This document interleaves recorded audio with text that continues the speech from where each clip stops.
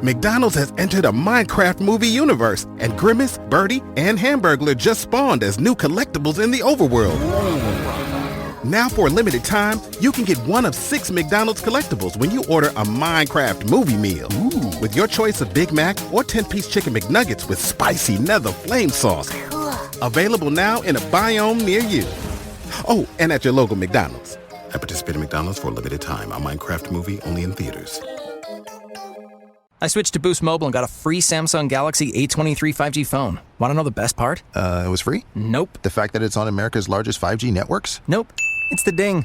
Oh yeah, love the ding. Right? It's all about the ding. It's the dingarooski, the dingaroner, the ring-a-ding-ding. Unleash your power to save with Boost. Get a free Samsung Galaxy A23 5G phone when you switch. Boost Mobile. Unleash your power. And the ding. Limited time offer. New customers only. Available on select networks. 5G not available everywhere. One device per line. Tax excluded. Additional restrictions apply. See your local Boost Mobile store for details. What's up, y'all? It's your boy David with Black Wealth Renaissance, and I'm here today to tell you guys about Anchor. If you haven't heard of Anchor, it's the best place to make a podcast. Anchor is a free app that has creation tools that allow you to record and edit your podcast straight from your phone. Anchor also distributes your podcast across all major platforms, including Apple Podcasts, Spotify, and many others. You can also make money on your podcast with Anchor with no minimum listenership. Anchor is everything you need to make a podcast in one place. So if you're looking to get started on your own podcast, download the free Anchor app or go to anchor.fm.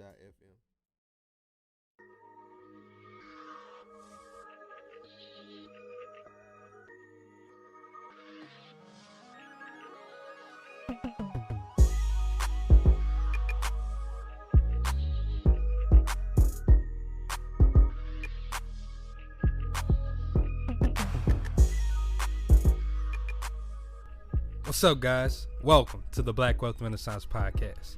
Our goal of this podcast is to normalize black wealth and share helpful resources and tips we believe will be useful in attaining and maintaining generational wealth. Please feel free to rate and comment on our podcast. We would love to hear all feedback you have. Now, enjoy the show.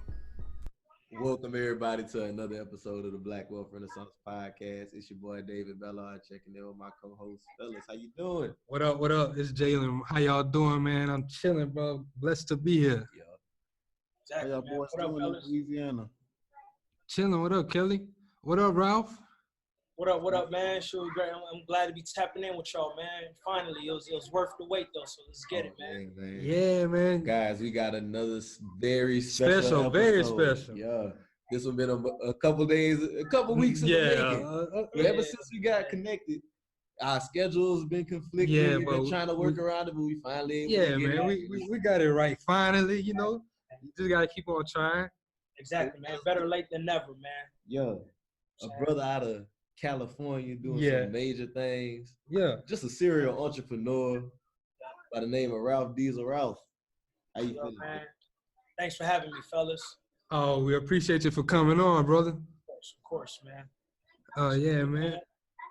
Shoot, man, I'm just out here in Cali, trying to build this empire and just keep pushing this ownership momentum across the culture, man. Yeah. Started off from the very bottom. I could definitely be that story for whoever didn't have a platform or whoever doesn't, have that boost, didn't come from a family with money, that wasn't born with a silver spoon, man. It's a raw story of starting from the very bottom, literally from buying a Honda Civic. I want to say that Honda Civic I bought for like $250. By the time the auction fees and things of that sort, I came out to about $300, and I flipped that to $500, and then I took that $500 and went back in and bust that to $750, and then $750 to $1250. And it's just been a constant grind. Having 8 in a minute, don't get me wrong. I still had to survive and things of that sort. Still had to spend some of that, but at the end of the day, we just kept it moving to where we at now. And to be honest, this is probably just the beginning of everything. We have up for grabs. So to the point of ownership of 2 Subway franchises out in Cali, car dealership, clothing lines, things of that sort. Man, it was just constantly building up to a certain point and then just diversifying. And then once I get to those certain amount of streams, then I ramp those up and then just keep those consistent. Man. So that's the name of the game, man. Black wealth, bro. It's a renaissance, man. Let's go, bro. Let's go. Hey, bro. In the bag. First off, I didn't even know you had the car dealership. I ain't gonna lie, bro. Like, and I sell cars. I work for my cousin. He got a car dealership. Okay, and I definitely want to own one in the future too. So we gotta pull away from that. But exactly, man. But bro, it's just fire. Like the story, The story, the and hustle, mentality, yeah. Yeah, man. Money Shoot, the hustle. It's definitely been a hustle, man. It really sounds cliche when they say just keep going, but you get to a certain point of the hustle where you don't have a choice but to keep going. Like at this point, for example, where I'm at now, I have over 20 employees on my payroll. I have 3 children. I have a wife.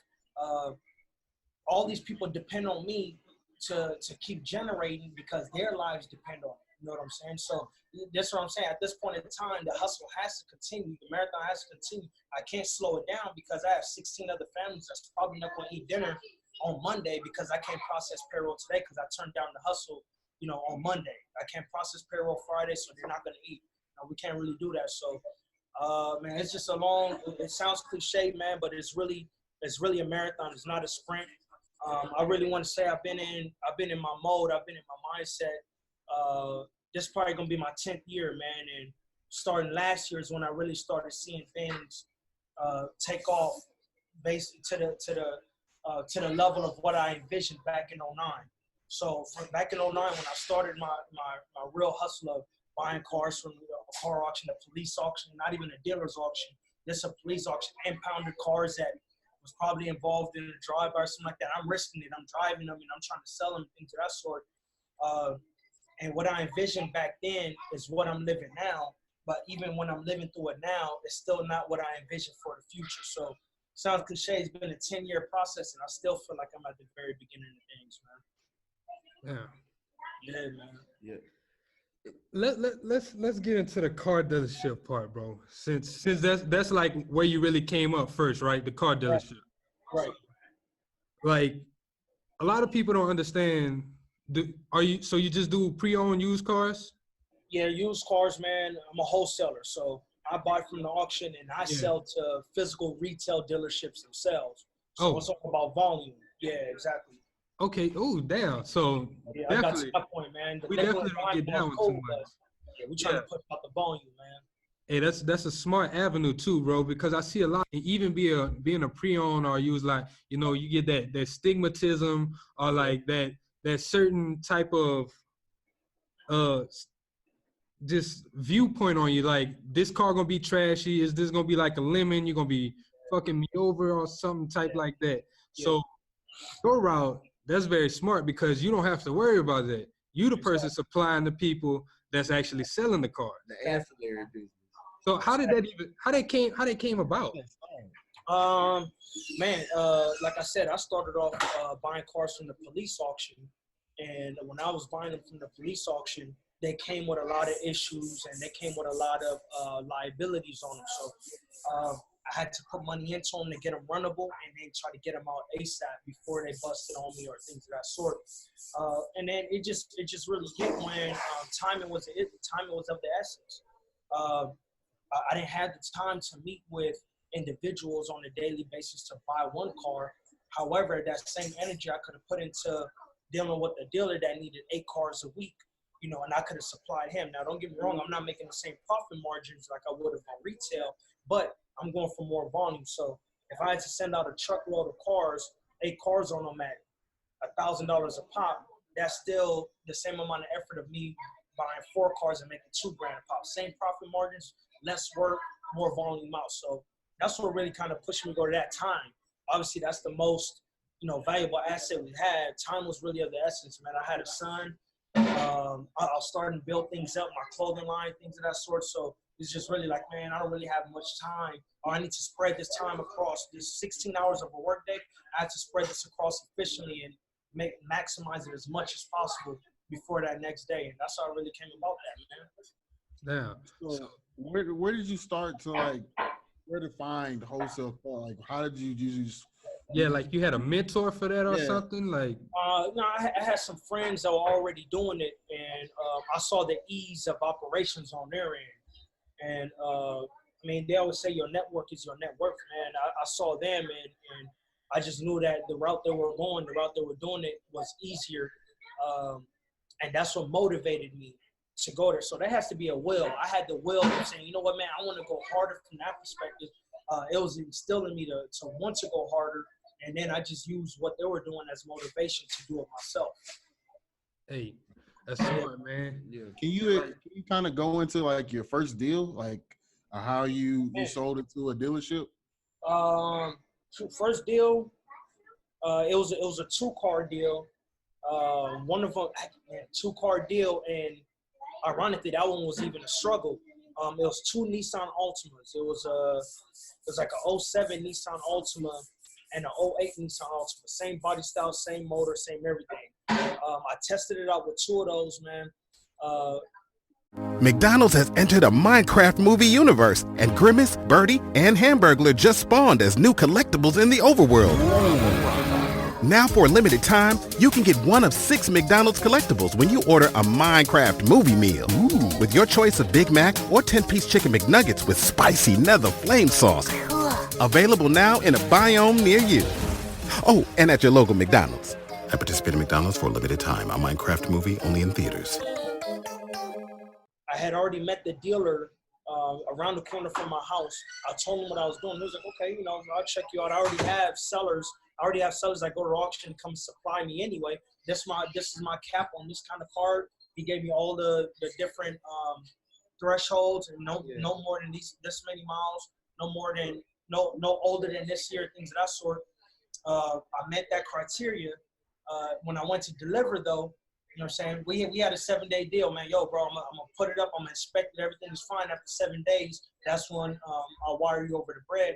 In those 7 days, both cars busted on me, man. One had a transmission issue, one had an engine issue. So I'm kind of scarred when it comes to those Nissan Altimas. But again, I didn't give up at that point. That was a heavy loss right there. Yeah. I had to take the cars back. I had to put money into them just to get them up and running, and then run them back through the auction. It just took that grit. I had to deal with that mental anguish to get things back in order to start over again. So I took a loss, but the difference of that bread, I just brought back, you know, reflipped it again, and I got back on my feet after another 2 flips. Yeah, and I'm glad you touched on that part of your story, man, because that's like one part we always like people to understand, that on this journey, you're going to have to take a loss. You're going to have to take some. No such thing as not taking one. Yeah, you got to take something to the chin, man. If you ain't taking L's, you ain't putting out, you ain't risking enough. Like, oh, yeah. You got to take some L's, and that's whenever you say you get that point. Like I always say, you're going to fold or you're going to figure it out. And you're going to figure it out and get the shit done. Right, exactly, man. So that wasn't an option, man. I had a wife and my oldest son at the house to feed. At that point, I had no 9-to-5. I had just gotten terminated from AutoZone. I thank him for that, though, because it built me up to be where I'm at, to be self-sufficient. I didn't have enough time to go and find another job. I had to make things happen that next day. You know what I'm saying? So I had no choice but to give up. And I think if you instill that in your brain where you have no choice but to keep going, you are going to keep going. You know what I'm saying? And that's a major key right there, man. You can't let any little thing come in and you know, fall towards your destiny, man. At the end of the day, you're supposed to get somewhere. You knew you were supposed to get there before you even started it, and you got to keep it pushing. Mental anguish, self-control, mental control, man. Yeah. Yeah, man. I love it. You definitely got to have that, man. You got to have that resilience. That's my favorite word. Like, you just got to be resilient, man. Oh, yeah. No matter how many licks you take, you got to find that little piece of just like little voice in your head that say, keep going, bro. Just keep going. Exactly, man. Exactly, yeah, man. So many stories about it, man. My brother Nick says it in multiple interviews. The only thing that distinguishes me from anybody else is the fact that I didn't quit. That's one of my favorite interviews. And I saw that raw. With them. I saw the losses they were taking. I'm talking about start overs, not even like, oh, you know, we had 3,000, we lost 1,000. No, 3,000 to negative 1,000. Okay, start over again. Okay, we up 5,000 to negative 2,000. Oh man, we getting arrested. They're taking all the merchandise, and we got to bail out. Oh man, so all these different things, man. I saw the ups and downs, but then again, I also saw the ups. So you know, it's an algorithm. It's gonna be up, down, up, down, up, down. the key is banking off of the up, and then a slight down, and then another up. That's how you get up. So I saw him weather that. I looked at the algorithm. I said, oh, if he did it, then by all means, why couldn't I? So I just put my mind down. I put my mind to it. Put my head in the sand and grinded it out. Grassroots. Yeah. So Ralph, I want to kind of see. So you get into the cars, you get into this business, you start generating income. What was the next venture that you got into? Next venture I got into was my clothing line, Royal Dynamite, and with that, we had ups and downs in regards to that. But what we initially envisioned with that was making quick, fast money off of that. Let's shoot for retail. Let's get in Nordstrom's. Let's get in Macy's. $100,000 orders and this and that, blah, blah. But we were forced. It wasn't even like we changed up the game plan. We were forced to kind of redo the model to where we were going for pure longevity and authenticity. So with that, I knew that I couldn't eat off that. To this day, we don't run a profit, nor do we eat a profit off of it. This is something we're building to become a Ralph Lauren of Africa. You know what I'm saying? The premier brand from the country I'm from, Sierra Leone. So with that, we decided saying, you know what, instead of us trying to shoot this and that and not be authentic with it, now we have 100,000 people walking around wearing the same t-shirt, and let's kind of dumb it down. Let's shoot for exclusivity. That same shirt that we could have sold to Nordstrom for $20 and we retail it for $50, man, let's retail it on our own for $50. And yeah, we might not get 100,000 orders, but we'll get 10,000 authentic ones that'll come back and they're wearing something exclusive. So we changed that model around. That was the second thing I went into. And then after that, and that was a minor, just because, like I said, that brand is still being built. We're actually under rebrand now. But the next major thing that I put that money into was into the stock market, dealing with gold and oil ETFs. Don't get me wrong, we talking about you got to take some losses. Oh boy, you know what I'm saying? We took those losses in the market, but when the rallies came, man, it was rallying. So that's where I went next. We moved that cash. We kept building that up, going in and out. And then I said, you know what? I really need to diversify. The market was really volatile. Especially with Trump coming in, I was like, oh man, it was going up. I was envisioning a collapse, and everything I built literally probably would have taken a hit. The only asset I really had was my home and my cars, which weren't really an asset. They depreciate by the minute. So then from there, that's why I said, you know what, man, we're gonna go into franchise, and I was gonna buy and let me know if you need me to stop in order to recap on anything, fellas, but. The franchise, and I was gonna buy a cleaning franchise first. Those corporate 9-to-5 buildings that you guys see closed down, you see people walking in after hours with the backpack vacuums and trash cans. I was gonna buy some volume of that, buy like $15,000 worth of volume on a monthly basis. Put me on a schedule. I'm running my own staff. I'm buying my own equipment. I'm buying my own material, and I was gonna do that. And I was literally sleeping. This is about 3 a.m. My brothers, my partners can vouch. I'm asleep. The Lord told me, Subway. I woke up out of my sleep. Subway. I'm looking around. The whole house is shut down. My kids are asleep. My wife's asleep. Try to go back to sleep. Subway. I couldn't think of anything else. Now, keep in mind, this isn't a brand that I ever envisioned owning, and my mind wasn't on that. I'm stuck on, cleaning franchise. Things of that sort. I wasn't researching anything else. I had already went to a meeting and met with the company. We setting everything up, but to push forward somewhat. So woke up out of my sleep, man. Started researching, man. Researched all night. I didn't even go to sleep until later that next night. By the time I was done researching, it was like 7 a.m. And I said, you know what? I was looking at all the requirements. I can meet this. I can meet that. I can make this happen. I can make that happen. You know what? Send out the application. Sent out the app. Went in for an interview, and a day like today, here we are. I can't guarantee that I'm the youngest black multi-owner, but when I did take over, I was the youngest black multi-owner in North America, man. So that's how we moved. That was a sequence of events, man. Hey, I love it, bro. I love it. It's all about stacking it and flipping it. Like you took every time you leveled up and you reinvested it. Oh yeah, exactly, man. The only thing that I really spent on was really my home. But at the end of the day, that wasn't an expense. That was just a bank account I opened up, really.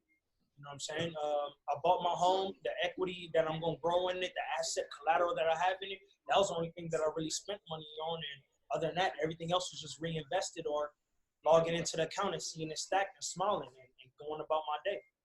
Yeah, Also, bro.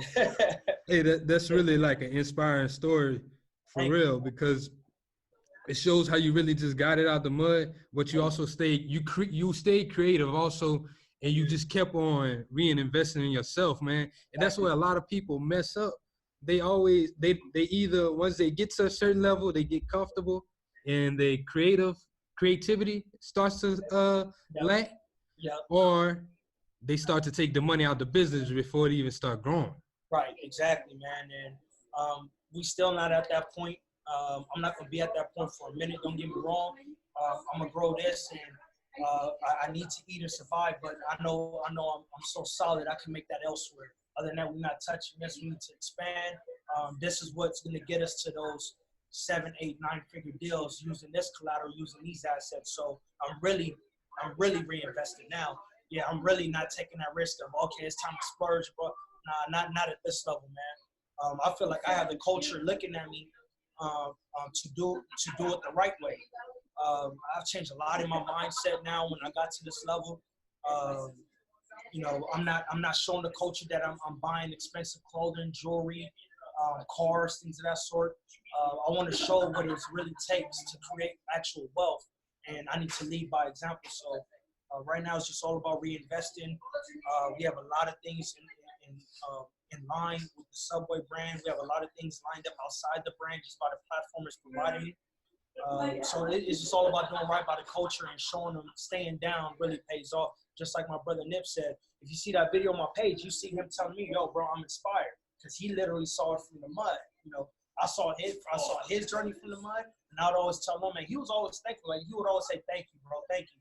Some people humble, like, oh, come on, man, you know, hey, relax, man, blah, blah. But he would always just say thank you because he knew it was from an authentic place. So when I closed my deal, on a Wednesday. He came by on a Friday. Whole squad, tour buses all in the parking lot, this and that. And he was really looking around in amazement, like, wow, bro, I'm inspired, man. This is it, man. And he just knew that the way I was gonna flip the brand, the way I was gonna work with it matched his ethic and matched what he could work with. So he was excited about that, man. Yo, we really, you know, this is something that matches, for one, my healthy lifestyle. He's pushing more organic, vegan, you know, a vegan lifestyle to the culture, trying to change their eating habits. He's building up natural, you know, businesses, restaurants, and his own shopping center, things that sort. So this is one with the global name behind it, that if we had just attached the brands to it, oh yeah, we could really make something really great work. You know, you had Ross with the wing stops.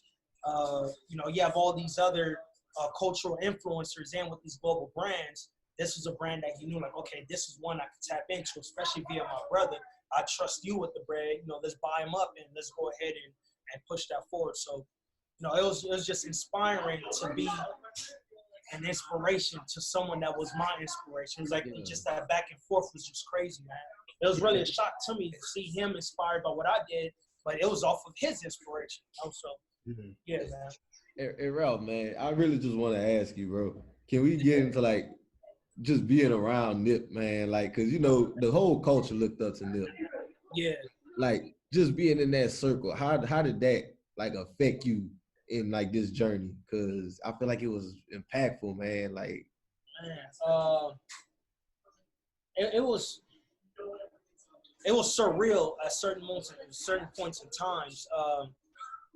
Growing up,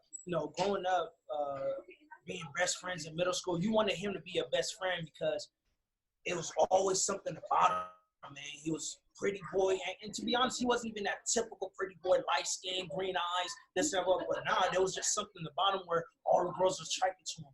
You know, don't get me wrong, this is middle school, so you want that to be your best friend. You know what I'm saying? Oh, shoot, all so the you girls can catch the honey's too, yeah. Exactly, man. So we want, you know, there was always something about him. And then, you know, bro, I would study. I would go crazy. I would go hard. And especially after getting a few C's, maybe a D, my parents would be on me, and I'll study crazy in order for that next report card to be straight A's and B's, and I still couldn't get that. Him, it was no effort. I'm saying he'd be playing basketball all day, go to class the next day, geography, get 100% on the test. Man, 110. Where you get the extra 10%? It wasn't even no extra credit. So it was always just something about him. I just never envisioned him being legendary. You know what I'm saying? Like, I never envisioned him. I always knew he was going to be great. I always knew he was going to achieve great things. But I just never knew he would get to legendary status, man. And his brother, to be realistic, man, the story of Black Sam is not to downplay any of Nip's story and things of that sort, but Black Sam's story, culturally knew his story. That's the true inspirational aspect of things, where you're talking about doing whatever it takes in order to make it happen, and then making it happen and still going from there. So, but Black Sam was always that hustler. He was always in back of the school bus. I hope he watches this, man. In back of the school bus, with a notepad and a paper down, writing down his goals. If you watch this, Sam, I remember that 2001 Honda Accord. I remember you wanted $200 to buy blank CDs so that he can, make mix CDs and burn CDs in order to sell those after school and things of that sort. So he was always that person. So for me to see them turn it into something realistic on the global level, that was kind of surreal, man. Every time I'd be in the midst of them, you could feel the energy. You could feel the cohesion between them. The last time I saw my brother, ironically, was with Black Sam, and we took that photo. Like, nah, bro, we ain't never had a photo like this. This is history. And we took that photo, and I'm so glad I caught that memory, because it was at that point we all realized that, we really made it here. You know what I'm saying? We're really here right now. So it was surreal, man. It was obviously a blessing. Just being around him, and he was more of a listener. You would think like being around him, you want to soak up so much game and just sit there and listen, but he was more of a listener to you, man. You could go on a rant and he'll sit there and not say a word because, he wanted to hear you out and provide the right feedback and soak up game from you. And meanwhile, everyone's expecting him to be at that level. You know what I'm saying? Where you just get game from Nip. He's the ultimate, the elite, this and that. He had Jay-Z being his mentor, Snoop, this and that. All these people are billionaires, things of that sort. But he'll really listen to you and pull as much game about the realities of things. And to me, that was kind of surreal, man. It was always surreal linking up with him, man, especially at this level. But it was also very authentic. I want y'all to understand that as well. It was always, when I was seeing him, it's industry all over the place. But when I would see him, it'd be like that shivering above our head, like, man, my brother, like that authentic, man, ground zero, what's up, man? If you notice all the videos I put out, man, we shaking hands for 15 seconds, just up and down, tapping each other's back, because it was that authenticity. Like, man, I have all these people around me, whether it's partners, industry, associates, things that sort of. But when the authentic friendship was there, we both really felt it. We both really felt it, man. That was just raw love. So raw love, and just being in a space of feeling surreal when it came to being in this aura, man. Hey, that's beautiful. And yeah, man, thank you, man. I ain't gonna lie, like, just from hearing you speak about it, like, I kind of, like, you can really feel the authenticity. Oh Lord, Jesus, authenticity. It's like in it, bro. Like, you can feel it, man. So like, I can definitely see how that would have like a positive impact, but also the inspiration, like you said, the Black Sam story, bro. Because I ended up kind of like looking into it, and I was like, wow, like, it's like that nigga's a hustler for real. Oh yeah, bro. And his brother always gave the props. If you look in interviews, like, my team, I thank my team for allowing me to take the accolades, but my team is really the machine. And he says in one interview, he points out Black Sam directly, like, bro, Black Sam, he's a beast. He's unbelievable when it comes to the grind and hustle. So when you say out the mud, literally, man, from underground, ground zero, -0, all the way up to where they're at now. And then for his brother to leave the brand in his hands, you can trust that, he's really going to do the right things with it, because he's an operational guru. Anytime I link with Sam, he'd pull me to the back end. It's more on the operations, yo, bro, how Sam, how you doing managing these two entities? Okay, I do this, I order this. When the shipment comes in, I take this, I order that up. Like, we'd always bounce back off those levels. On my team, I'm the operations guy. On his team, he's the operations guy. He's payroll. He's supply and demand.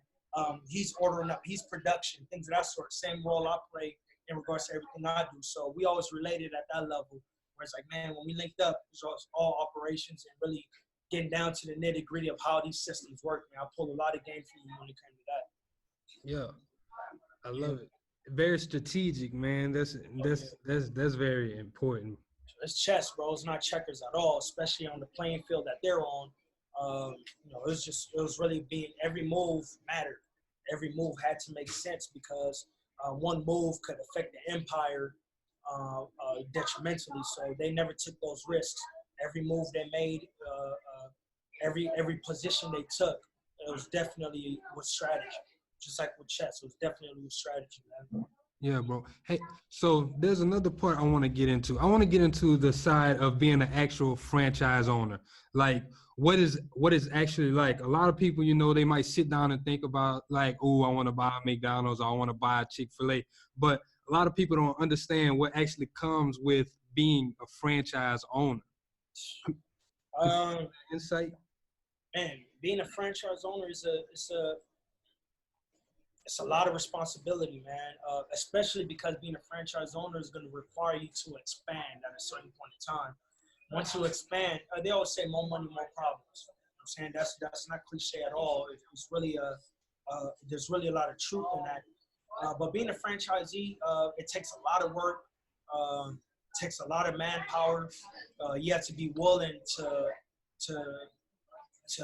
live a life of. The NBA playoffs are here, and I'm getting my bets in on FanDuel. Talk to me, Chuck GPT. What do you know? All sorts of interesting stuff, even Charles Barkley's greatest fear. Hey, nobody needs to know that. New customers bet $5 to get $250 in bonus bets if you win. FanDuel, America's #1 sportsbook. 21 plus and present in Virginia. Must be first online real money wager. $5 deposit required. Bonus issued is non-withdrawable bonus bets that expire 7 days after receipt. Restrictions apply. See full terms at FanDuel.com/sportsbook. Gambling problem? Call 1-800-GAMBLER. Living life of an entry-level employee for years at a time. I'm on the lines in my shops making sandwiches. I'm closing up on a Sunday. I'm opening up on a Saturday. I'm running to the bank and getting change. I'm doing all these little things where you would think that franchisee, big boss status, and pointing around and you do this, you do that. That's really, that really doesn't exist. So. But then again, there's a lot of pros to it as well. Being a franchisee just opens up the avenues to bigger wealth. It opens up the avenues to expansion. At a certain point in time, credit, all these different factors. Kind of the more you expand, those things become less of a factor in you expanding, because now you're just using the assets. It's monopoly.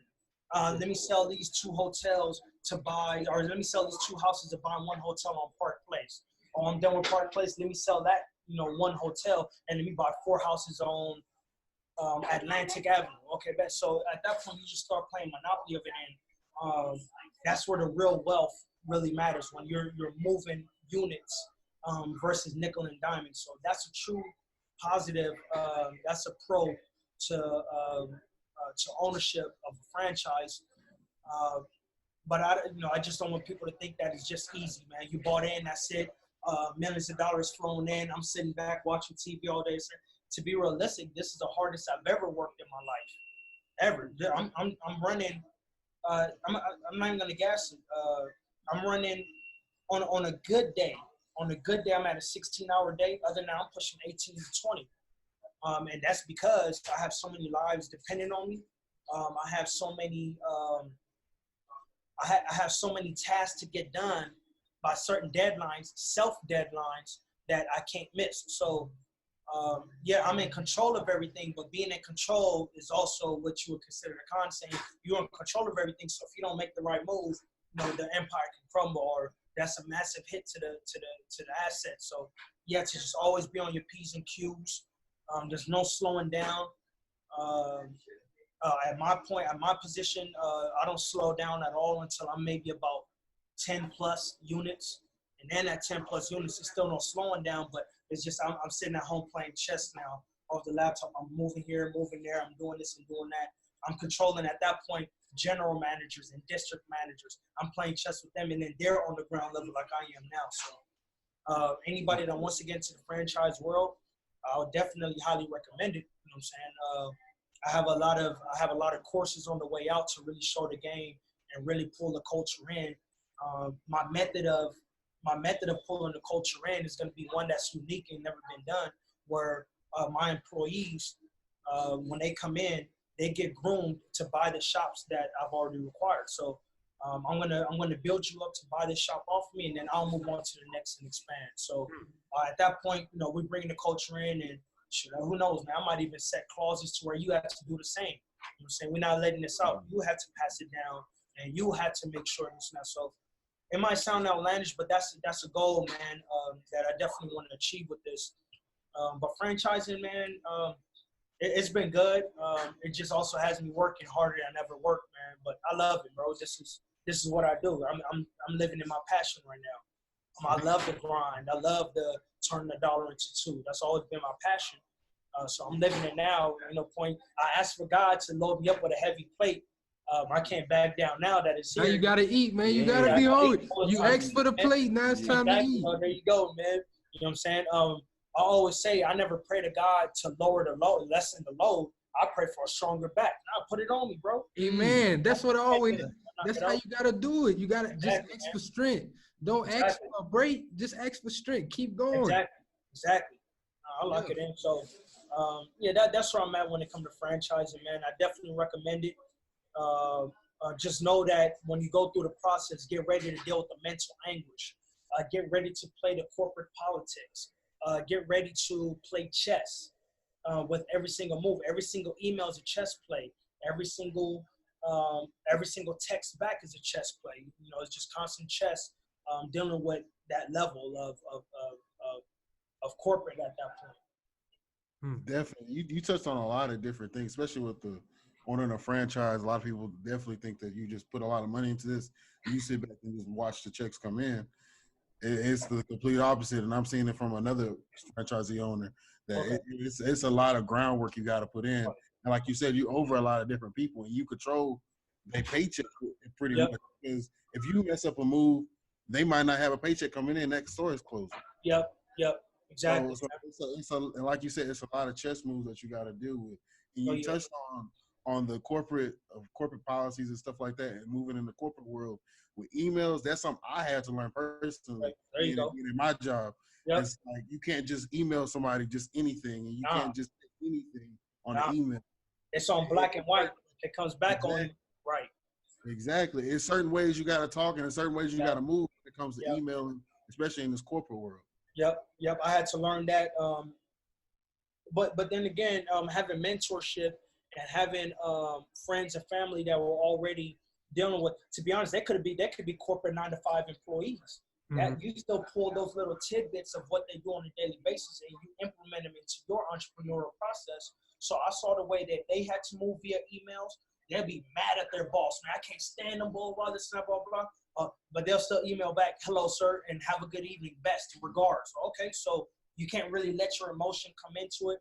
Just know that once it's in black and white, once you hit that send button, that's it forever. So whatever happens after that, be ready to deal with it. I had to learn that, and there's been a few times where it's like, man, I wish I didn't send it, or I wish I could take that back. But at the end of the day, I probably cleared it up with the next few emails after that. So there's a lot of politics when it comes to that. And maybe not even politics, but just the way the world moves at that level. When it comes to that point, you don't move the way you move at a surface level. You at an elevated level, so you need to move a little bit different. I love it. I love it. I also love how we're owning a franchise. You show a lot of humility, man. You gotta humble yourself, because like you said, you working on them lines, man. You in the trenches with your workers, but that also shows your workers that you riding for them. Because if you one of them lazy bosses that's just in the office just acting like that's gonna make your people lazy. So you're creating a great work culture around your business too. So it's like you really investing in it like triple time. Oh yeah, for sure, man. My employees see me on a daily, bro. I'm at my shop now, 5:53. I've been going since about 5 a.m. They're up there running the line now, but how can they lose steam and power when the boss man is in here, filling up sauces for me? The boss man is in here wiping down the table. So who am I to be like, oh, I'm tired, or I don't feel like doing it when the boss has been running a 14-hour day and he's knocking it out, you know. So I instill that in my employees because, again, I'm here to groom you. On behalf of the culture, I'm here to groom you and make you better. I don't envision you being here and making this your career job. Even if this is going to be your career Subway, but you're going to grow within this, it's going to go past the front line. It's going to go past making that Italian BMT. So I'd rather groom you now so that you can get to those levels. At the end of the day, the higher you go, the better for me anyway. So why hold back that game and why hold back that structure that I can give you? So I'm showing you raw that I'm on ground. You guys see me operating 2 Subways, but I'm the one opening, I'm the one closing. Man, you know, hopefully they take that and they implement that on their own. Like now, I remember my first job at Subway. I saw the owner in there on a daily basis, sweating and wearing, you know, old Nikes, you know, making sandwiches on the make line. So hopefully you implement that and you grow your business from the ground up and stack as much as possible, cut as much payroll, cut as much cost. Make sure it's running. If you want it done right, you got to do it yourself. Make sure it's being ran the way you envision running it. You know, so I'm grassroots with it, man. Again, that's what I plan on pushing toward the culture, man. I wasn't born with a silver spoon. I wasn't given any platforms when I was younger, so I had to get it out the mud from ground zero. So I'm gonna push that because I know there's a lot of us out there that only have a ground zero to push it from. Hopefully, they take my story and say, you know what, if he can make it happen, I can make it happen. Sure. Yeah, definitely. Bro. Lead by example too. Yeah. For some listeners that listening to this and they're thinking about, okay, I like what he's saying, and I want to open up a corporate or a franchise. How would they go about that? What is like the route, a general route? I know you can't give all the details. What's the general route? Okay, general route, man, because my process took a year, so that's something that would be on the line, bro, for at least a month, just going back and forth. But general route, man, is choosing the brand.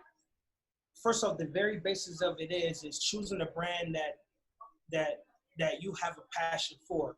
For me, Subway was a brand that I had a passion for because, one, the healthy lifestyle, and for two, I'm not selling poison to my people. I'm not selling poison to anyone. And then 3, they were a global brand that had a lot of potential in it. So those are 3 factors that came to mind, or that any of these listeners should keep in mind when it comes to choosing what brand they really want to go with. Can you do this on a daily basis for 80 to 90 hours a week? Does it suit your lifestyle? Don't get me wrong, you can't. I'm not saying you can't, but you know, you're not gonna be a vegan and going and buying a Del Taco or a Taco Bell or things that sort. Don't get me wrong, you can do it, but it's kind of contradictory. It's kind of hypocritical in a sense, and you have to live with that within. So, choosing a brand that you have a passion for, matches your lifestyle, you see potential in it, and you could do that for 80, 90 hours a week. From there, send out the application. All of them have an application process. You're listing all of your personal information. You're listing your financial information. They're going to do a credit check on you. One thing I could say is please don't be fearful if you have bad credit. A lot of these brands, if they see your worth, they'll work with you and they'll make it happen. Personally, I'm going to give some game. I didn't have the best credit, but I know that I would provide such a value that would be minimal in regards to what the requirements were. You know what I'm saying? I'm over exceeding this, and this. He has that kind of a score. Okay, that's fine. We can still put that to the side really quick. I mean, at the end of the day, they're really just checking to make sure you don't have any judgments or liens on you, where if you buy the asset, you know, Uncle Sam's going to come in and take the asset because you owe somebody $500,000. So that's the main aspect. But first and foremost, send in the application. Tell them your financial status. If all goes well, they call you in for an interview. This is just a one-on-one with whoever's in charge on vetting new franchisees or prospects.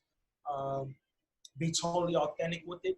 At this point in time, this is when I tell you, this is when I'm advising for you to get corporatized and learn your corporate lingo and how you going in and dealing with this type of people. You don't just go in like you're about to go deal with, one of the homies off the street. You need to go in, even down to the way you dress. You got to come a certain way in order to prove that you're worthy of being a part of such a grand scheme. So that's the very basics of it, man. After that, I'm sure most brands have some sort of a training. Whatever aspect of franchise you're going into, whether it's restaurant, hospitality, real estate, whatever franchise model, they're going to train you on how to utilize their model. And once you're in and once that process has gone through, you implement that model to a T. They've been around for years because they have a model that works. If you follow step A, B, C, and D, you will achieve step E. Then, man, we're not skipping step B and going from A to C. We're doing A, B, C, and D. At that point, you should see the benefit of you reaching goal E and go from there. So that's a generic process. There's a lot of things in the middle of all those steps, but that's something that, we could break down over time. I plan on breaking that down and pushing that out to the culture once I stabilize operations, man. Yeah, y'all definitely be on the lookout for that, man. Oh, yeah. Definitely, that's insightful, man. Just that little part was insightful. Yeah. Oh, yeah, man. Got a lot of stuff coming with Chris Williams that you guys did a podcast for, that you guys went live with a few weeks ago. So be on the lookout with that, man. I definitely will push that out to you and push that out to the culture. But we got a lot of things coming up, man, on behalf of the culture for sure, man. It's time to give and really reel them in. That's the role we play within the brand, man. If we can open up that door, then why not? Yeah. Definitely. I thought you had something, bro. Yeah, man. I just wanted to touch on with the franchising, because I know a lot of times in our community, we will get people, they'll be like, oh, man, why'd they go with this brand and why'd they go with that brand? And I'm glad that you touched on part of it, because that's a part of it. A lot of people are not business-minded in that aspect.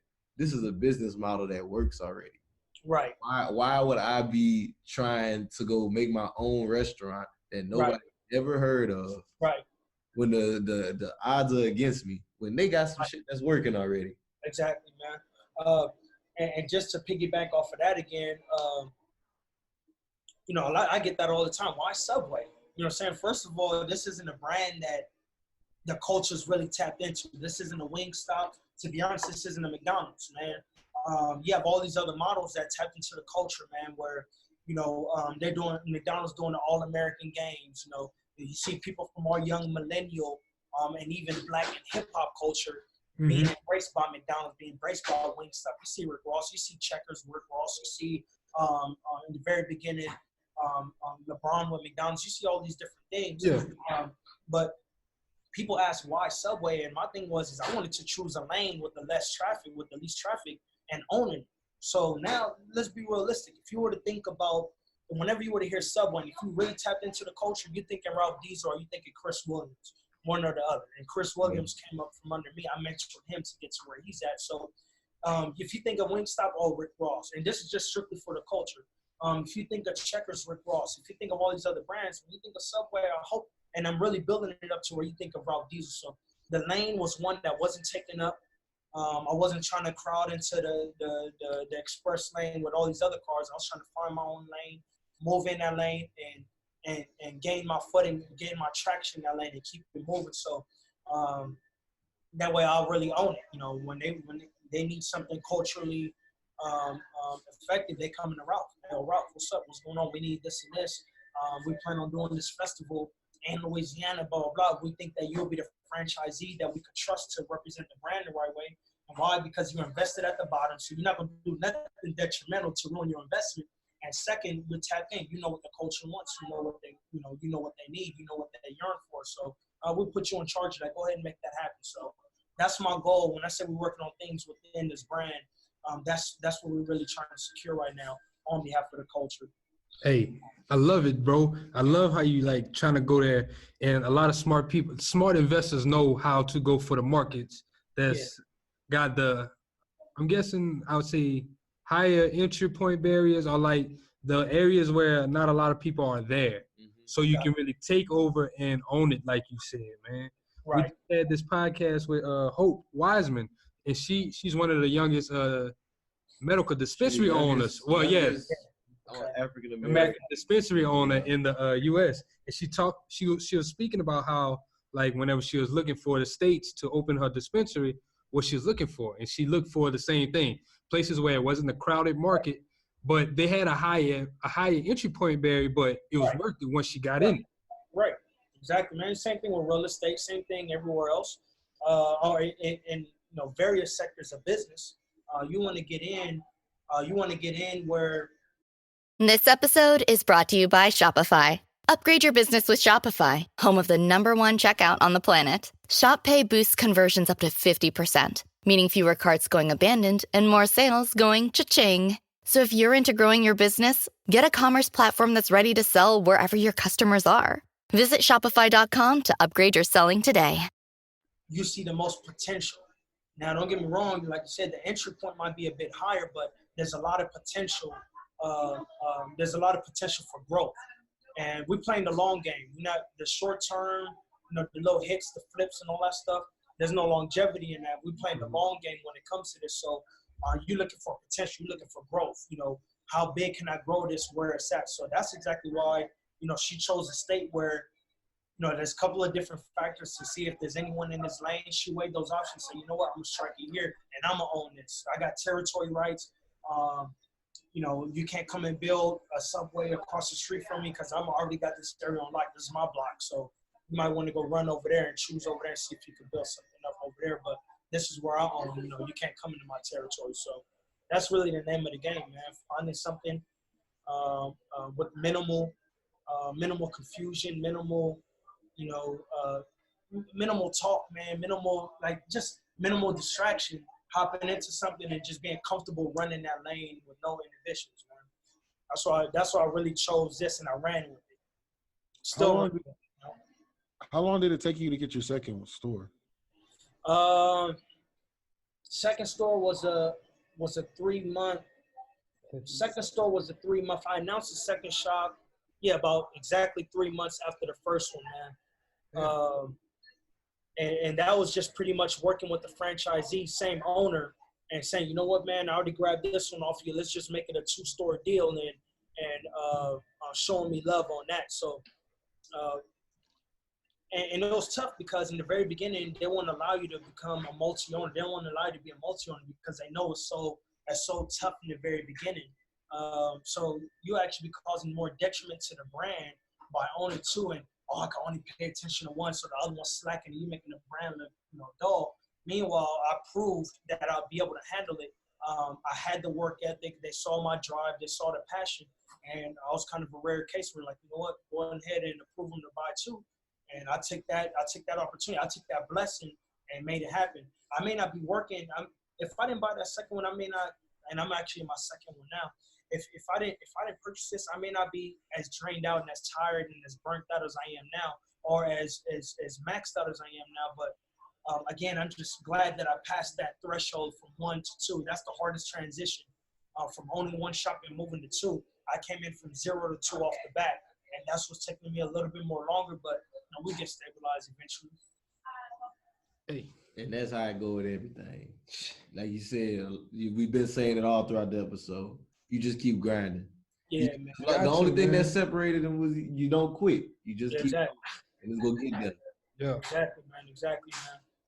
So yeah. My brother, a whole inspiration, man. If y'all didn't take anything from this podcast, man, I hope y'all took like he said, just the force to keep grinding. Yeah, man. Yeah. And that's why I definitely want. That's the message I want to send to the culture. All the young brothers and sisters that's out there and look to me as an inspiration, and look to various people that are at those levels that you envision to be at within whatever part of business is in. Is just stay motivated, stay inspired, stay focused, stay determined to hit that goal. Build your mental anguish. Try it just in everyday life, man. When you get a no, deal with that stress and force it to be a yes. And then from there, relay that over to whatever business that you're in and be relentless, man. Be resilient. Those are the main keys, man. To be realistic, it sounds cliche when my brother said it, but it really is. That's the only distinguishing factor is that I didn't quit, that I'm not going to quit. So, if I had to leave one gem for all the listeners, all the followers, for the culture itself, man, is just don't quit. Keep it going. For some reason, I don't know how it works, but the algorithm's going to work in your manner, and the universe is going to open up for you. It's going to let you in. And every level you get to, understand that you're a freshman at that level. So to the guys that's still at the police auction, oh, man, Ralph is at that level. But you got to compare me to other franchisees that are Bro, my development agents are 350 shops deep. The guy I bought my shop from is 8 Wingstops, Baskin Robbins, Little Caesars Pizzas. They say so deep. So I'm a freshman of the game. Oh, 2 summers, come on, man. You know, get your get up, get your weight up. That's fine, but every low level. Now, when I get to the 350 shop mark, once you want to go next level, okay, now you're a young boy to the game, man. There's people out there grossing 400 million. So now I'm trying to get to that point. So, you know, just understand that. You know, every level you get to, you be a freshman all over again. That's fine. But, you know, fight hard, study, stay focused, and get to that senior class. You know what I'm saying? Yeah. Ooh, that's powerful. I love that shit. That's a powerful bar right there to move on into like the last segment of the show. Yeah. So we do a segment on the show called "What's on Your Timeline." So really, we just want to ask you about something that you either seen on social media, or even something that you posted that you think people should know about, or you just want to talk about, man. All right, for sure, man. Let's do it. On my timeline, man.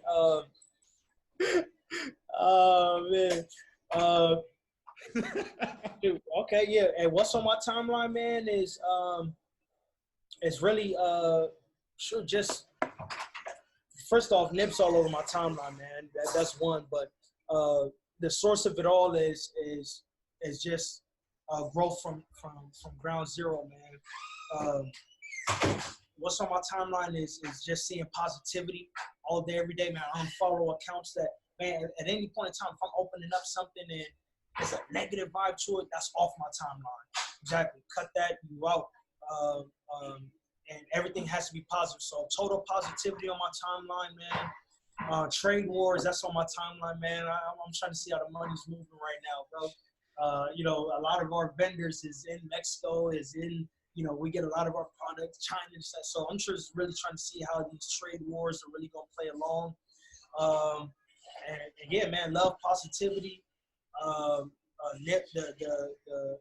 growth from the very bottom and the inspiration, and just these trade wars, man, seeing how money's moving on a daily basis.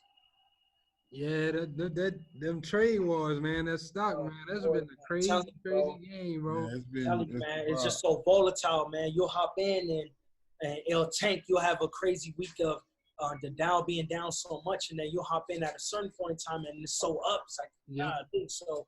That volatility, that's really what's so scary about it, man. But if you got a strong stomach, man, stomach the highs and lows, you'll be fine. Yo, for real. Yeah, bro. Kelly, you got anything on your timeline, Dave? No. I ain't been on the tail today. Yeah, bro, I've been at work all day, man. Yeah, I know, man. I just had to tap it right now and see what's on. Look who's here. Up at the end of the episode. It's so late. Where you at, man? Hey, man, y'all forgive me, please, man. I'm trying to make it work. I had to I apologize to the listeners and whatnot. I was with my grandma. I was trying to help her move some money around. Apologize for grandma. Yeah, man. You know we love Granny, man. Well, one thing, like, I know we don't even talk about this on the podcast that much. I ain't trying to redirect the direction and all, but, like, some of us be the first generations that, like, really understand money.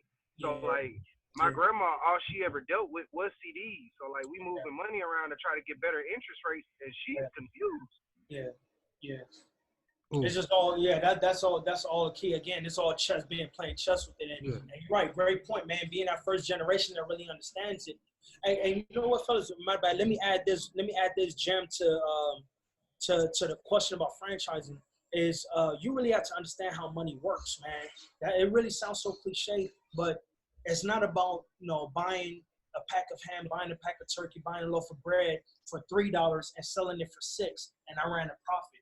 One of the harshest lessons I learned in this game was really knowing how to move the money, playing chess with the money in order to grow it. So the fact that you said that, man, knowing how to move money, being the first generation, knowing how, that's definitely a key when it comes to franchising as well, man. You gotta know how to move it. It's not as simple as 1 + 1 = 2, and if you only spend 1, you made $1 profit. Nah, that's not how it works, man.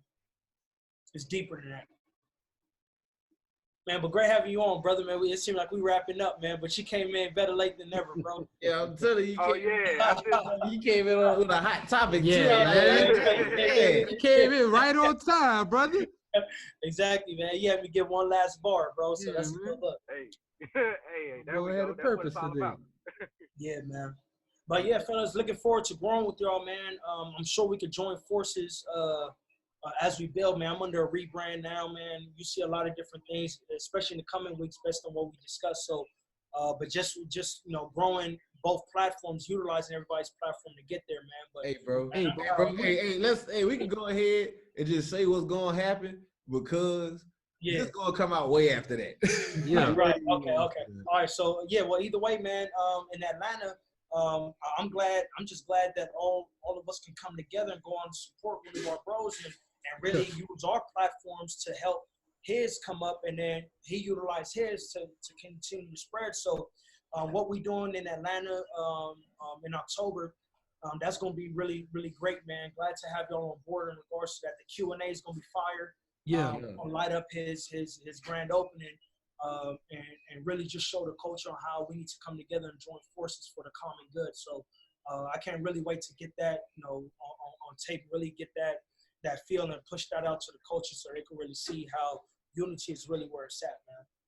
Hey, bro, and we so happy to be a part of that, and just happy that God placed all of it just together where we can work and just connected all the dots, man. Yeah. For sure, bro. This shit beautiful in retrospect, y'all. It is. I also wanted to get you to just let the listeners know where they can find you at, where they can keep up with you, website, anything like that, and where they can start getting these courses once you start putting them out. Got you, man. Follow me on Instagram at Ralph Diesel, RalphDiesel. Also follow my store accounts. First of all, my store accounts is the only 2 accounts worldwide that Subway follows, and that's because they know what we got going. They see how we're moving. And that's at Subway on Hellman and at Subway on Rochester. Yeah, bro, the only 2 stores, man. That's talk your shit, man. That's something to be talked about, bro. Thank you, bro. I mean, come on, man. I think they have over 1 million followers. They only follow like 50. We 2 out of 50. And that's just because they know that, hey, you know what? This guy's really up to something. He's being that total difference out of 44,000 shops worldwide. 44,000, mine are the only 2. So follow those 2 accounts. Website's being built up now. Like I told you, I'm under a rebrand. Yeah. And that's where you'll be able to find out more about Ralph Diesel. My way is going to be Ralph Diesel's way, as you find out about the way I move within all these different facets of things, franchising, car sales, and financial services. So be on the lookout for that, and hopefully we can tap in and really push the true website URL out at a later time. And yeah, man, follow me on IG. Hopefully I can inspire you from there. I'm only pushing out content that's really authentic. One thing I really do, man, is I'm not sitting back and thinking of captions there, so I'm going off the fly, man. Whatever it is, now out there, that material is real, man. My stories is really me grinding in the garage, like Jeff Bezos, and really have 4 computer screens set up. I don't have the full setup like that. It's my new MacBook and 3 other laptops, but either way, we just trying to make it happen and really just show that grassroots grind from where we at trying to get there. So yeah, man, follow me on IG, man. Let's get it. Hey, let's go, man. Y'all better follow him and just follow my boy, because he really out here, he pushing the culture forward, man. So y'all take heed if y'all ain't taking nothing. We're gonna wrap up the podcast. We're gonna get into some house cleaning. As always, y'all check out the website, blackwealthrenaissance.com. Yeah. Follow us on Instagram, Twitter, Facebook. Yeah. Twitter, we BWR_movement. On the other 2, Black Wealth Renaissance. We got blogs, all kind of things. We got the merch. Make sure y'all support the merch. Yeah. Cash Flow Tea is really doing well. Get your Cash Flow Tea is going down, man. Yeah. Man. That's definitely, man. So make sure you have one ready for me, fellas. You already know. Hey, we gonna get your address after this is in the mail, bro. Have it out. Back in the mail. You know how we coming. Yeah. Exactly, man. But yeah, fellas, like I said again, man, keep up the great work, man. You definitely got my support all the way through. I'm proud of y'all. Young brothers out here making it happen on behalf of the culture, man. Keep going, man. That glass ceiling is gonna crack soon. I'm gonna claim that for y'all, bro. Hey, we appreciate that because you don't even know how much that means to us right now. So I got you. I can only imagine. Yeah, so like we appreciate that. Most definitely, man. Yeah, We appreciate you coming on this podcast as well. We really do. Of course, you as well too, right? Oh. Say that again. I'm gonna be seeing Kelly in a few weeks. Oh yeah, I'm seeing all y'all. Yeah, we all pull it up, bro. The whole team, say. All right, let's do it, man. It's gonna be a situation, so let's do it, man. Yeah, let's do it. Yeah. For sure, man. All right, fellas, bless up, man. I'm about to keep this marathon going. All right, take it easy, bro. Sure, bro. Bless. Hey, and y'all make sure y'all go to the Patreon. Y'all go to the Patreon, support us. We're gonna support y'all. We're gonna drop content. We're gonna talk to y'all. Y'all get some one-on-one with us. Y'all really just get a feel with us. Crazy blooper we just had. Y'all yeah, like you get all of that. All right, y'all. So look, this has been the longest outro in the history of outros. This is Black Wealth Renaissance signing out. Peace, goddammit.